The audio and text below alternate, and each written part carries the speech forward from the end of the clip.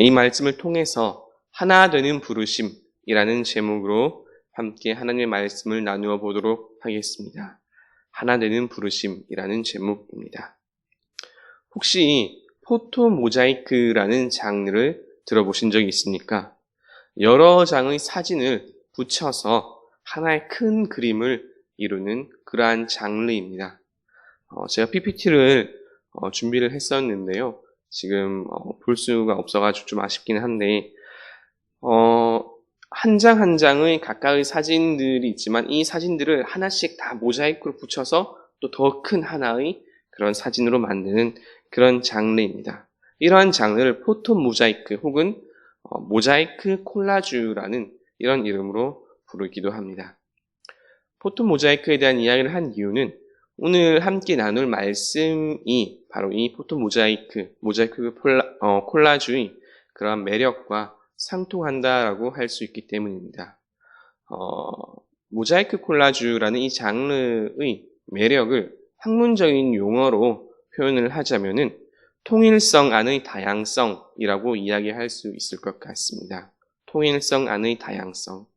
하나의 큰 통일성 안에 작은 다양성들이 모여있는 것이다 라고 할 수가 있겠지요. 오늘 말씀의 주제도 바로 이와 같습니다. 오늘 말씀은 구원받은 성도로서 어떠한 삶의 모습을 지녀야 하는가에 대한 로마서 종반부의 지침들, 권면들이라고 할 수 있습니다. 그리고 그 핵심은 교회 안에 다양한 사람들이 하나의 마음과 하나의 뜻을 가져야 한다라고 할 수 있습니다. 이에 대한 구체적인 지침과 권면이 바로 로마서 15장의 말씀입니다. 그렇다면 사도 바울은 로마서 15장을 통해서 성도들에게 어떠한 권면을 하고 있을까요? 그리고 오늘 이 시간에 그것을 좀 더 구체적으로 살펴보도록 하겠습니다. 첫 번째 주제는 교회는 내가 아닌 남을 위한 공동체라는 것입니다. 한번 따라해 보도록 하겠습니다. 교회는 남을 위한 공동체입니다. 네, 교회는 내가 아닌 남을 위한 공동체라는 것입니다. 내가 아닌 타인을 더 위해주는 공동체가 바로 교회라는 것입니다. 교회 안팎에는 참으로 이해와 존중, 또 도움을 필요로 하는 사람들이 많이 있습니다. 교회는 이런 사람들을 이해해주고 품어주고 또 도와주어야 합니다. 이 사실은 시대를 막론하고 동일하지요. 로마서가 쓰여지던 시절의 교회나 또 오늘날의 교회나 다 동일합니다. 교회는 내가 아닌 남을 도와주고 타인을 더 위해주는 그런 공동체여야 합니다. 오늘 말씀을 보면 교회가 교회 안의 사람들과 교회 밖의 사람들에게 어떻게 행동하고 대해야 하는지를 아주 잘 말씀해 주고 있습니다. 우리 이것을 1절과 2절 말씀을 통해서 함께 나누어 보도록 하겠습니다. 1절, 2절을 우리 다시 한 목소리로 함께 읽어보도록 하겠습니다. 시작. 믿음이 강한 우리는 마땅히 믿음이 약한 자의 약점을 담당하고 자기를 기쁘게 하지 아니할 것이라. 우리 각 사람이 이웃을 기쁘게 하되 선을 이루고 덕을 세우도록 할지니라. 아멘. 먼저 교회 안입니다. 사도 바울은 믿음에 대한 이야기를 하는데요. 교회 안에는 믿음이 강한 사람도 있고 약한 사람도 있다라고 합니다. 그러면 어떤 사람이 믿음이 강한 사람이고 또 어떤 사람이 믿음이 약한 사람일까요? 이것은 상황에 따라서 다르겠지요. 예를 들면 어떤 사람은 주일 성수를 목숨과도 여기면서 절대로 빼먹지 않으려고 노력합니다. 그런데 반면 어떤 사람은 주일이건 말건 상관없이 자신의 유익과 이익, 장사를 하러 가지요. 이 경우는 당연히 주일 성수를 하는 사람이 믿음이 더 강한 사람이라고 할 수 있을 것입니다. 그런데 아이러니하게도 똑같이 주일 성수를 지키려고 하는 사람이 때로는 믿음이 약하다라고 말할 수 있는 경우도 있습니다. 제가 신학교 다닐 때 교수님께 들었던 이야기입니다. 실제로 이런 일이 있었다고 합니다. 어떤 교회에서 이스라엘 성지순례를 갔습니다. 일정 중에 공교롭게도 주일이 걸쳐져 있었습니다. 그런데 일정의 그 시간 관계상 오전 11시에 이동을 해야 하는 스케줄인데 그 교회 한 장로님께서 주일 오전 11시에는 무조건 예배를 드려야 된다라고 이렇게 주장을 했다고 합니다. 워낙 고집이 세서 목사님을 비롯해서 여러 성도들이 아무리 설득을 해도 듣지를 않아서 결국 광야 한가운데서 버스를 세우고 내려서 예배를 드리고 출발을 했다고 합니다. 이런 경우는 시간의 유동성을 생각하는 목사님보다 오히려 주일 11시 예배만을 고집하는 그 장로님의 믿음이 더 연약하다라고 이야기를 할 수가 있겠지요. 이처럼 교회 안에는 믿음이 강한 사람, 약한 사람, 또 어떤 특정한 상황 속에 있거나 혹은 그럴 수밖에 없었던 사람 등등 여러 가지 종류의 사람들이 많이 있습니다. 이렇게 다양한 사람들이 모여있는 교회에서 우리가 우리 주변의 성도들을 향해서 취해야 할 태도는 무엇일까요? 오늘 말씀은 그것을 우리에게 약한 자들의 그 약점을 담당하라고 말씀합니다. 소위 더 강한 믿음이라 할 만한 요소들, 더 많은 시간, 더 많은 물질, 더 많은 봉사를 하는 그런 사람들이 그렇지 못한 사람들을 향해서 취해야 할 태도는 마땅히 그들의 연약함을 담당해야 한다라고 말씀하는 것입니다. 1절 말씀에서 우리가 동그라미 쳐야 할 단어는 마땅히입니다. 이것은 약한 수준의 권면이 아니지요. 강력한 권면은 동시에 그리스도인들에게 당연한 것입니다. 그리스도인이라면 마땅히 나보다 더 작은 자, 더 연약한 자들을 돕고 섬기며 그들의 약점을 감당해야 합니다. 이것이 온전한 신앙인의 태도이자 올바른 자세입니다. 이를 반대로 이야기해 보자면 만약 누군가가 자신의 믿음이 강하다고 자신의 수준이 높다라고 생각을 한다면 더 많은 책임, 더 많은 것들을 감당할 때 비로소 그 믿음이 더 강하다고 말을 할 수가 있겠지요. 그런데 또 이렇게 말씀드렸다 하여서 만약이라도 자, 그러면 내가 더 많은 것들을 감당하니 나의 믿음은 좋소이다 라고 생각을 하거나 말을 한다면 아이러니하게도 그분의 신앙은 아직 더 자라야 할 것입니다. 그 말과 생각이 곧 자기 자신을 기쁘게 하는 것이니까요. 마땅히 담당해야 함에도 불구하고 겸손하지 않고 자신의 의와 또 드러남을 위해서 한 일들이 되기 때문입니다. 교회 안에 우리보다 더 약한 지체를 위한 말씀과 동시에 꼭 함께 나눠야 할 말씀이 교회 밖의 이웃들을 향한 말씀이기도 합니다.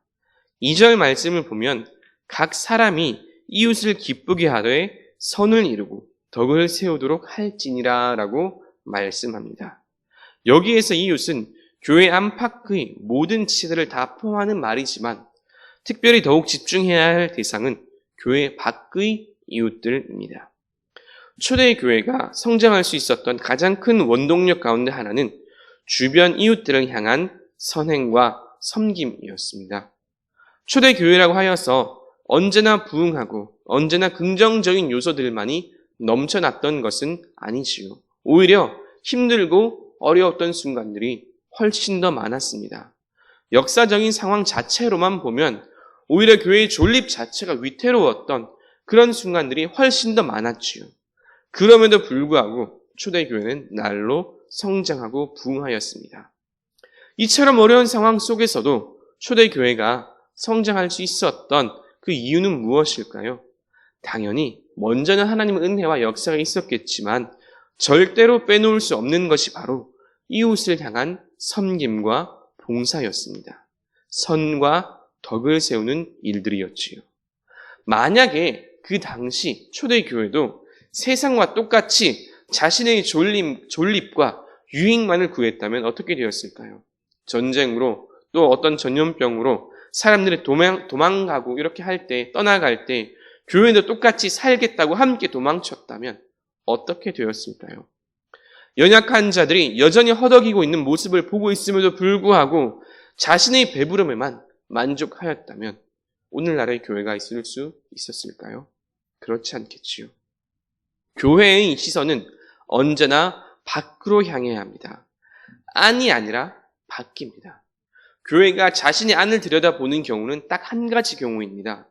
회개할 때입니다. 자신의 죄를 깨닫고 회개할 때이지요.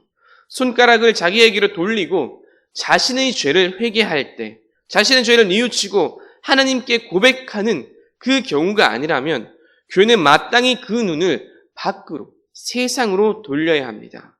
그리고 사람들이 신음하는 소리를 들어야 합니다. 그들이 도움을 요청하는 그 소리를 들을 수가 있어야 합니다. 그래서 나의 유익을 구하는 것이 아니라 이웃을 기쁘게 하며 선과 덕을 세워가야 합니다. 이것은 한편으로 생각해보면 예수님께서 하신 그 지상 명령과도 부합하는 말씀이지요. 온 세상에 그리스도의 복음을 전하는데 어떻게 전해야 할까요? 먼저 사람을 얻어야 하지 않겠습니까?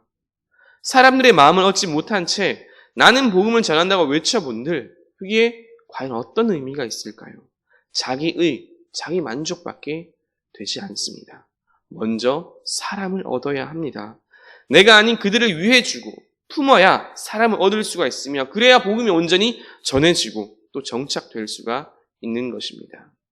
이는 진실로 우리 시대의 교회가 진지하게 생각해 보아야 할 부분입니다. 한국 교회는 그 힘을 어디에 쓰고 있는가? 안으로 향하고 있는가? 밖으로 향하고 있는가? 대한민국이라는 나라와 민족 안에서 교회는 어떤 역할을 감당하고 있는가?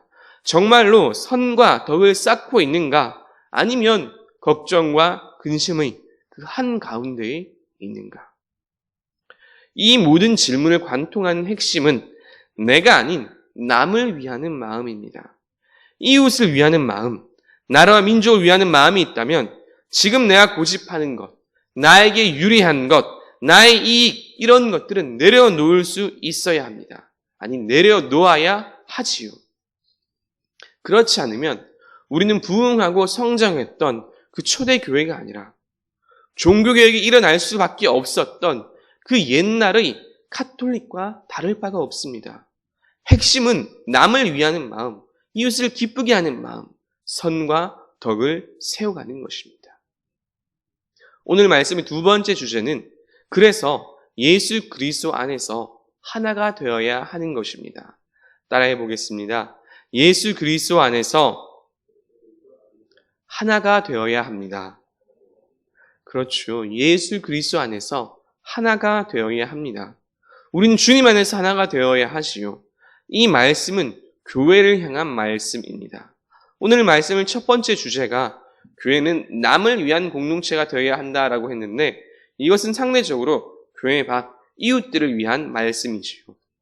거기에 중점이 있었다면 이 두 번째 주제는 교회 내부를 향한 말씀이라고 할 수 있습니다. 밖으로는 이웃을 위하고 남을 위하는 공동체가 되어야 한다면 교회 내부적으로는 교회는 어떤 공동체가 되어야 할까요? 이견의 여지 없이 모든 성경은 동일하게 말씀합니다. 예수 그리스도 안에서 하나가 되는 공동체가 되어야 합니다. 교회라는 공동체는 참으로 신기합니다. 예수 그리스도라는 이름 아래에서 정말로 다양한 사람들이 모이지요. 교회가 아니라면 만나보지 못했을 많은 사람들이, 다양한 사람들이 함께합니다.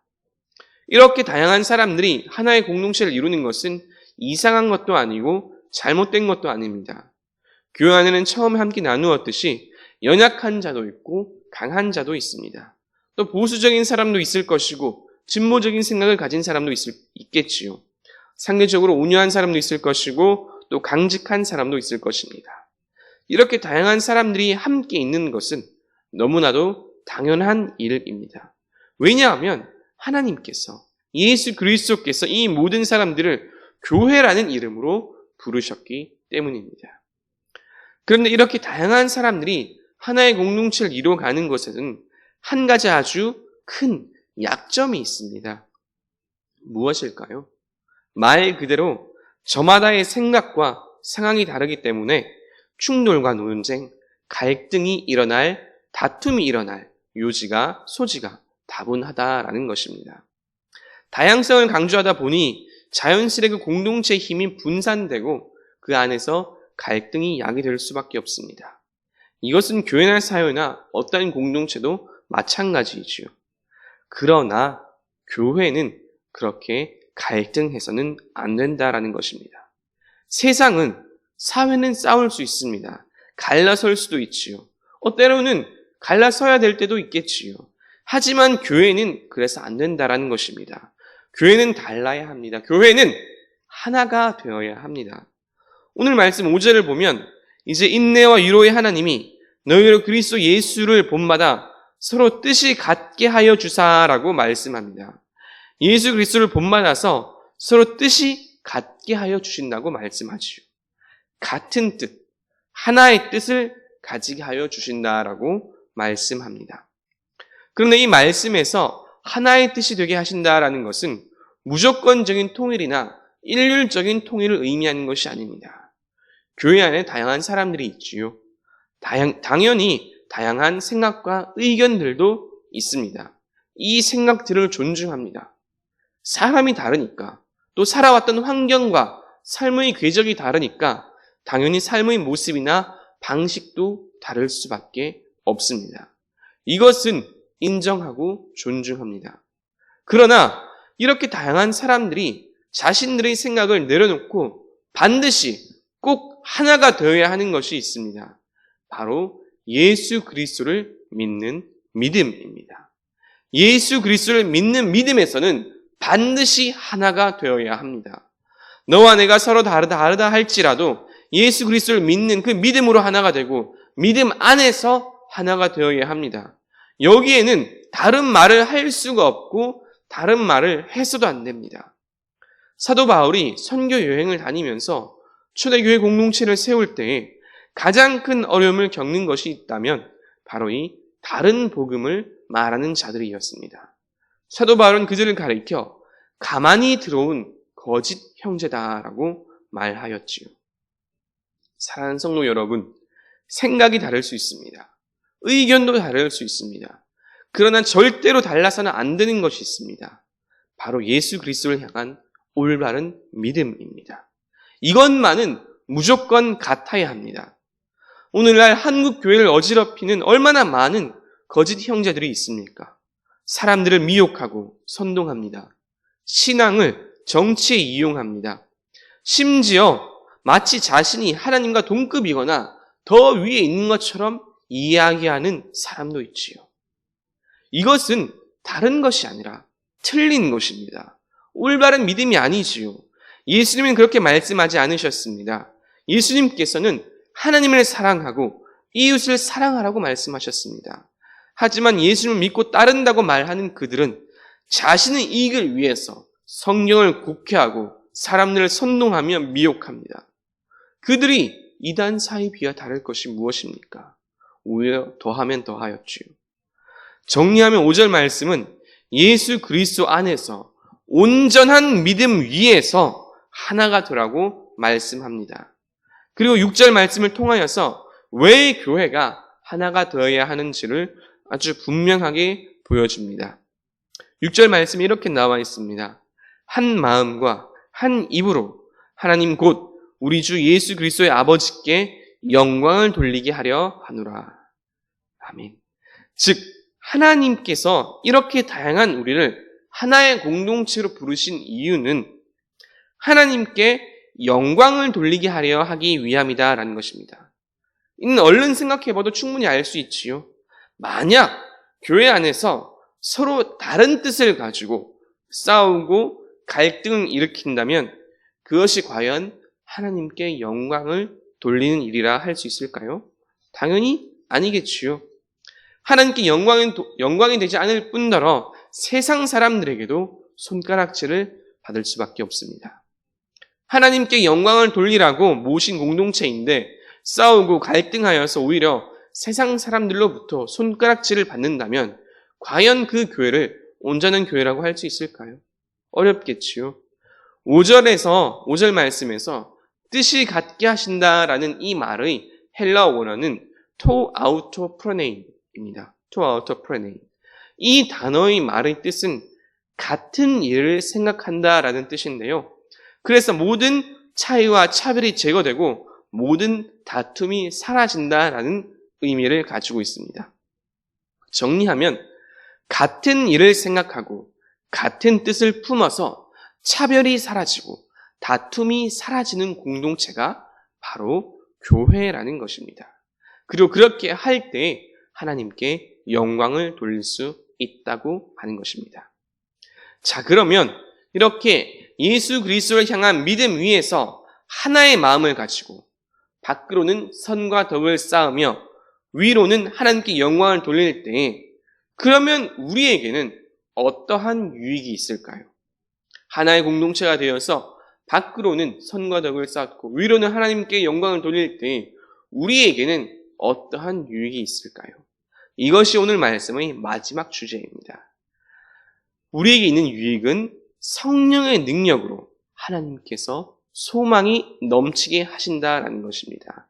따라해 보겠습니다. 성령의 능력으로 소망이 넘치게 하십니다. 성령의 능력으로 소망이 넘치게 하십니다. 진실로 그러합니다. 우리가 온전한 믿음 위에서 하나가 되어 하나님께 영광을 돌릴 때 하나님께서는 우리 삶에 능력으로 역사하셔서 소망이 넘치게 하십니다. 오늘날 많은 사람들이 가장 간절히 찾으면서도 가장 찾기 힘든 것이 무엇일까요? 바로 이 소망입니다. 사람들은 삶을 살아갈 소망, 미래를 열어갈 소망을 참으로 간절히 찾아 헤매입니다. 그러나 어디에서도, 세상 어디에서도 이 삶의 소망을 찾을 수가 없지요.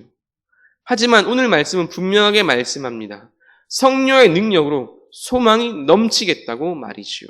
13절 말씀을 함께 읽어보겠습니다. 시작. 소망의 하나님이 모든 기쁨과 평강을 믿음 안에서 너에게 충만하게 하사 성령의 능력으로 소망이 넘치게 하시기를 원하노라. 아멘. 23절 말씀에는 우리가 평소에 좋게 생각하는 가치들, 선한 것들이 다 들어있지요. 기쁨과 평강, 믿음과 충만, 우리 삶에 참으로 필요한 가치들이 다 나옵니다. 그러나 이 중에서 가장 필요한 것, 가장 강조하는 것이 무엇입니까? 바로 소망이지요. 소망입니다.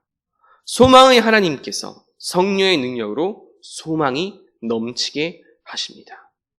그런데 이 좋은 것들, 기쁨과 평강, 믿음과 충만, 소망의 역사를 하나님께서 언제 우리에게 허락하실까요? 바로 예수 그리스도를 향한 온전한 믿음 위에서 하나가 될 때입니다. 예수 그리스도를 향한 온전한 믿음 위에서 하나가 될 때에, 그래서 하나님을 예배할 때에 하나님께서는 이와 같은 소망을 우리들에게 허락하십니다. 하나님께서는 우리가 하나 되고 연합할 때에 소망을 주시며 같은 생각으로 하나님을 예배할 때에 소망을 주십니다. 참으로 그러합니다. 소망은 하나 될 때 나타나며 하나 될 때 더욱 커지고 강력해집니다. 반대로 말하면 하나 되지 못하고 연합하지 못하며 서로 분열하고 갈등한다면 소망은커녕 그 어떤 희망도 발견할 수가 없습니다. 오늘날 세상이 돌아가는 형국을 한번 보십시오. 나라와 민족이 서로 분열하고 서로 싸웁니다. 빈부로 싸우고 좌우로 싸우고 남북으로 싸웁니다. 보이기로는 마치 어떻게 하면 더 싸울 거리를 찾을 수 있을까 고민하는 것처럼 보입니다. 이렇게 서로 싸우는데 과연 미래의 소망이 나타날 수가 있을까요? 설령 생긴 한들 과연 그것이 올바른 온전한 소망이라 할 수 있을까요? 남을 짓밟고 올라서서 내 꿈을 이루었다고 말한들 과연 그것이 제대로 된 소망이라 말할 수 있겠냐는 것입니다. 그럴 수 없습니다. 오늘날 사람들이 점점 소망을 잃어가는 이유는 너무나 분명합니다. 싸우기 때문입니다. 서로 비판하고 갈등하고 싸우기 때문입니다. 남을 품지 못하고 이해하지 못하고 하나 되지 못하기 때문에 소망이 없는 것입니다. 얼마나 많은 갈등 비용이 일어나며 불필요한 지출이 있습니까? 남과 부인이 서로 대치하는 것만으로도 얼마나 많은 군비가 들며 또 얼마나 많은 사람들이 죽어가고 있습니까? 지금도 북한의 그루터기 성도들은 굶주림으로 죽어가는데 우리는 이곳에서 제대로 된 도움의 손길도 주기가 어려운 실정입니다. 그러나 믿으면 신뢰하면 달라집니다. 그 힘을 더 좋은 곳에 쓸 수가 있습니다. 목사님께서 늘 하시던 말씀이지요. 믿으면 할 수 있습니다. 믿지 못하기 때문에 할 수 없는 것입니다. 믿으면 힘도 돈도 훨씬 적게 들지요. 하지만 믿지 못하기 때문에 더 많은 힘과 돈을 낭비할 수밖에 없습니다. 싸우기 때문이지요. 갈등하기 때문입니다.